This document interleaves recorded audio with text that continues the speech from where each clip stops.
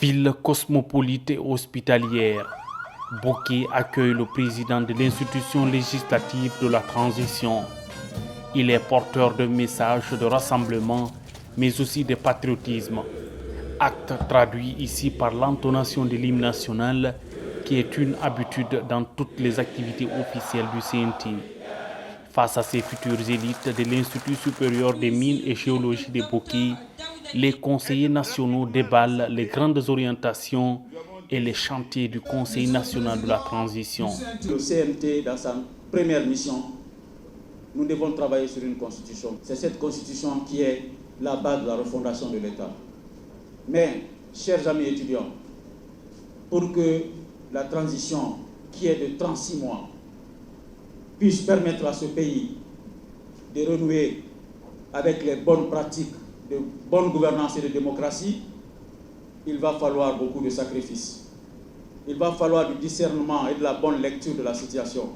Il va falloir nous parler, nous devons nous parler. Vous devez poser les bonnes questions pour que vous ayez les meilleures réponses. Nous ne devons pas souhaiter le malheur pour les dirigeants. Le choix de l'université pour vulgariser le bilan et les perspectives du CNT est lié à des valeurs telles que l'universalité, la laïcité et la neutralité. Des fondements sur lesquels la Guinée doit désormais s'appuyer pour bâtir l'unité et la prospérité.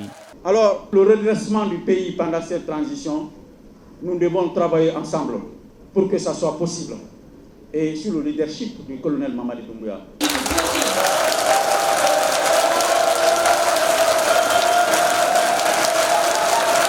Parce qu'il n'est pas intéressé à une quelconque candidature aux prochaines élections.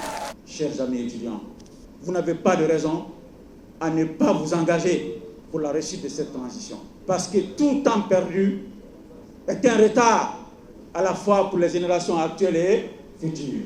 Utilisons rationnellement le temps de la transition pour redresser ce qui est tordu, pour rectifier ce qui a été biaisé et pour rassembler les Guinéens et repositionner notre pays sur l'arène nationale et internationale. Ce cadre d'échange coloré par des débats constructifs a permis aux participants d'évaluer les acquis des 100 premiers jours, mais aussi d'être informés sur ce que fera l'organe législatif les prochaines semaines. Tout ce qu'ils ont dit par rapport à la transition, c'est vraiment quelque chose que nous souhaitons que ça se réalise. Parce que nous voulons tous que le pays va de l'avant. Donc c'est vraiment émouvant qu'on le voit parmi nous aujourd'hui. C'est la toute première fois de voir ici un gouvernement venir vers les populations pour débattre, pour discuter du devenir du pays. Les activités menées sont vraiment de taille et avec de courage, ils pourront tenir l'avenir de ce peuple et pourront bien sûr redresser, comme ils le disent dans le principe numéro 5 de leur transition. Auparavant, Dr Dansa Kourouma a eu droit à une visite des stands du laboratoire de l'Institut supérieur de mines et géologie de Boké.